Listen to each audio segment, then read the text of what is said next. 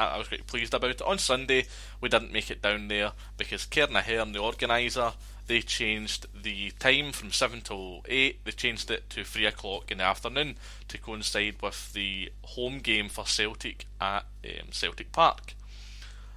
And it fell flat in its face. I think they thought they were going to thousands in at Glasgow Cross because they were going to be joined by the Celtic fans. But let me tell you, and this is honest, the Celtic fans walked right by them, David.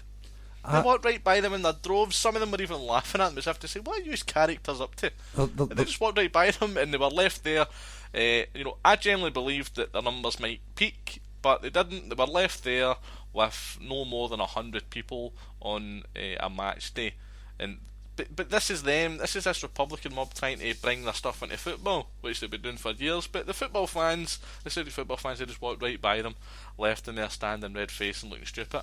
You're turning when you're looking there, Chris. If you got a guy who goes and shells out, I don't know, say £500 a year, he's got maybe a wee boy, say maybe about 10 or 11. Say he's paying maybe say 160, 170 quid for his kid, right? So the guy's paid out 6 and a bit, no? Literally 15 quid a week the guy has to put by, right, every week, right, for working, right? And then he's walking along the street, his wee boy's got his Celtic scarf on, or his wee Celtic tap, whatever it is, and he's walking along, and you see these morons standing on, and you go, no, you're kidding me on. And the Wayne turns and says, Dad, what's that? Then he's in a bit of a position. No, he's in a pitch, no. Do you turn and say, that's Celtic supporters that must be waiting in a bus, or that's morons standing at Glasgow Cross? Aye, that's putting a bit. The biggest majority of Celtic fans aren't interested in that crap, know what I mean? No, they are not. Well, another thing, right, so we'll come away for the vigils. One last thing I'll say on the vigils is, if you're sitting in your house tomorrow, like you have been doing the last couple of days, knowing that there's your fellow loyalists down there at Glasgow Cross, coming down and join us. It's the last night that they're doing it.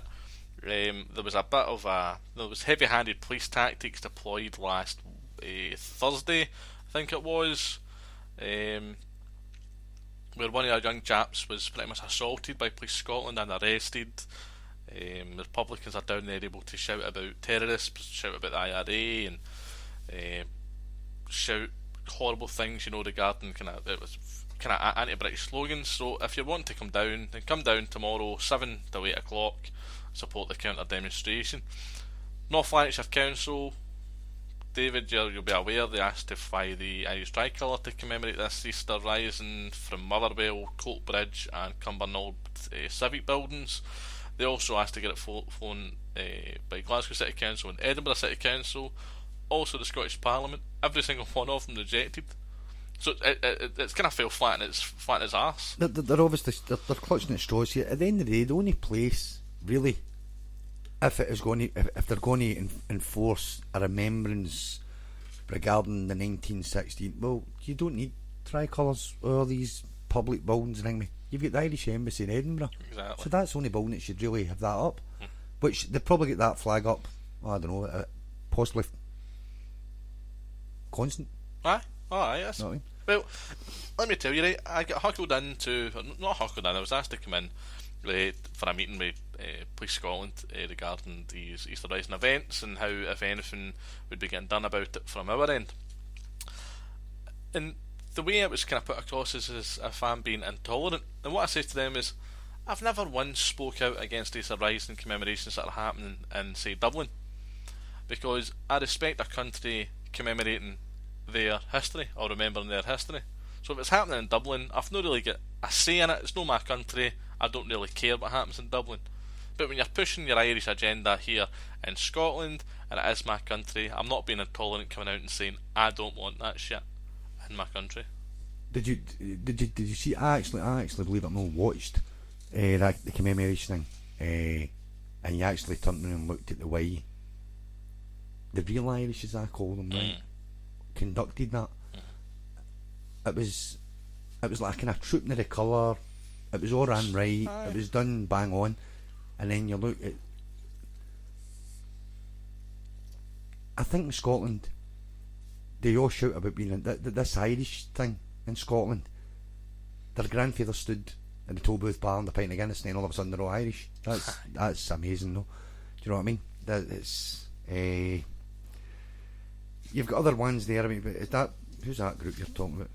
Cairnaher. Cairnaher, aye. Is that the way you spell that? I don't even know if that's how you say it. I know. I've just always said it that way. I don't really want to go and ask somebody how to say it, 'cause I don't really care, but Cairnaher. I've actually passed that place, and it says on their, I don't know if it's their constitution or whatever it is, right, they've got up, looking after Irish rights in Scotland. That's laughable, isn't it? Well, I actually stood with a guy that was with that day, and he's actually looked at it and went, looking after Irish rights in Scotland, he says, a guy that's Irish and has came here, he says, and stayed here for 30, 40 years, raised a family, he's no well, he goes to the doctor, free prescription, he's no well, he's on the brew, he eats hangmeat, he's not getting any money to pay his rent, housing benefit, right, same rights as me, pays tax into the system, gets free medical care, yep. blah blah blah. If he's right no well, or he's a right lucky one, he ends up in Burley more. Right? So it's back to this thing again. Oh, we're downtrodden people and we don't get nothing. How much do you get on your weekly benefit? £105. So does the guy up the road. He's a Rangers supporter. He gets £105 because the two are on the same thing. So where is the thing? Maybe what do you call it? The one-sidedness. Aye, no, it's like you say, they say we're friends of Ireland, we're looking after Irish rights in Scotland, as if they're kind of going through this, as if Irish are treated any different. You know, none of them are Irish, I mean, let's face it, but I don't know about you, but I'm fed up with talking about the Eastern Rising now. Agreed? Aye, right, let's move on. That's me. That's history. Aye, that's history. Well, just remember, folks, the PO Community Radio cannot and will not be held responsible for the views of any panel member, chat room user or caller who participates in any of our broadcasts, nor can we be held responsible for any content from any external website links that may appear on air or in the chat box. The chat box can be found on our website, www.pulcommunityradio.com. You can go down, you can log in through your Facebook or your Twitter account or create your own chat roll account. You come on to the chat room, you can engage with us straight to the PUL Community Hub where we're broadcasting live from. Next part of the show, we will be talking about apathy and fractures in our community. If you want to come in on any part of tonight's show, you can call us live on 0141 416 1690. Going to take a wee musical break here, folks, and we'll get back to you shortly.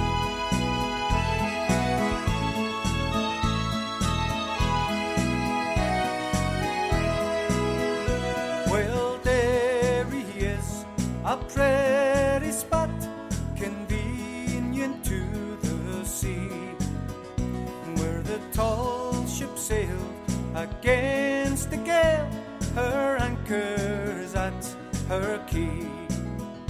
Our Governor Walker, there he stands, he's pointing toward the sea, saying, glory, glory, apprentice boys, our city free shall be.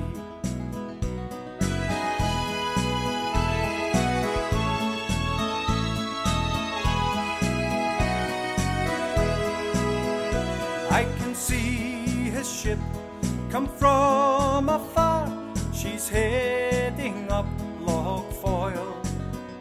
I can see the wind blow at the gale, she's the Duckmount ship of war.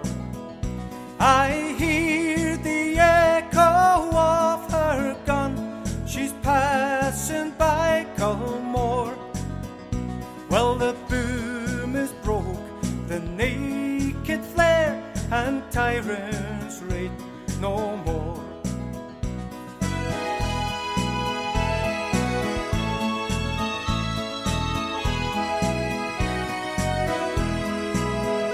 Well, they ask us now of what we boast, of roar and make the fire.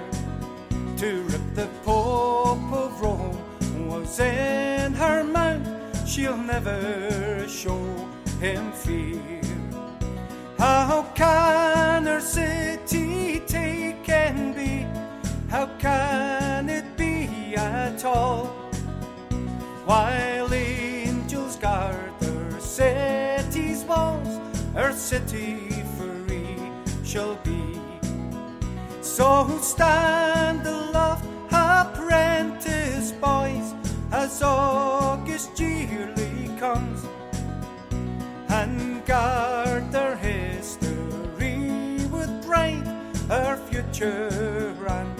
our cause.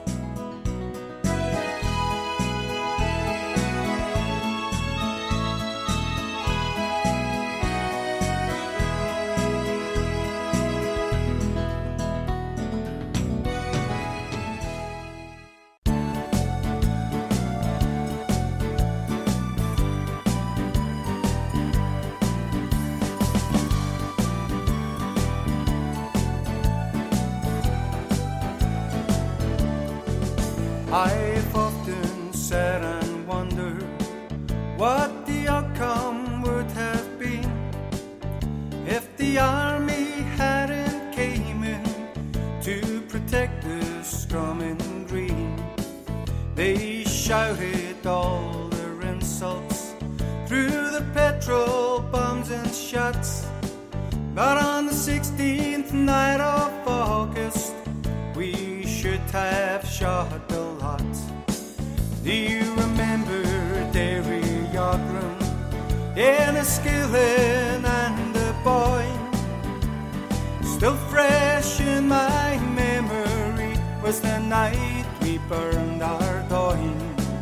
We chased those Fenian gunmen down the Hooker Street they tore, and the song we sang how we loved so well is the sash my father wore.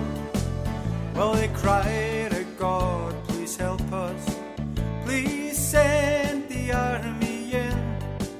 And they knelt down and they pleaded to a bishop called Philbin.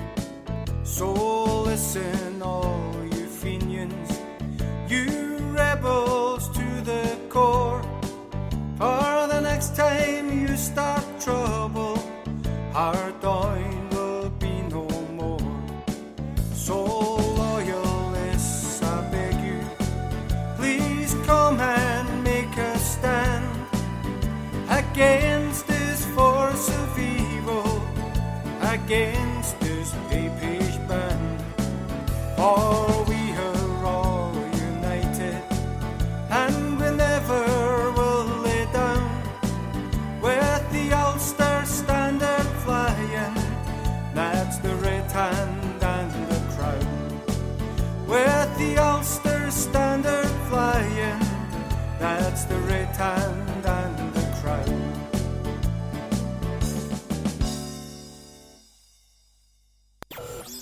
Call now on 01141 416 1690.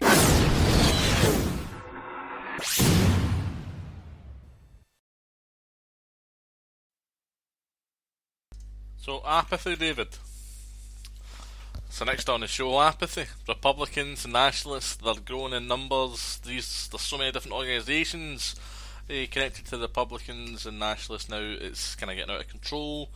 People with that kind of background are getting into political offices and positions of influence. That's directly impacting us as a community. And the other thing is police as well. Due to apathy, the police believe that there's no strength or appetite left in the loyalist community. So therefore they kind of just hold us in contempt all the time. So, apathy, David. Laziness, Chris, I call it. I would just call it total laziness. Somebody else will deal with it. Do you know what I mean? Somebody else will deal with it. Somebody else will do it. No, that's how, like, well, I've been out there on the streets, I've been places and blah blah blah, and you'll hear wee chirps about the regimental blues, Damien Hat and blah blah blah, and you're saying, so what's your group doing? Or what's your group doing? Or what's your group doing? Oh, that's right, aye.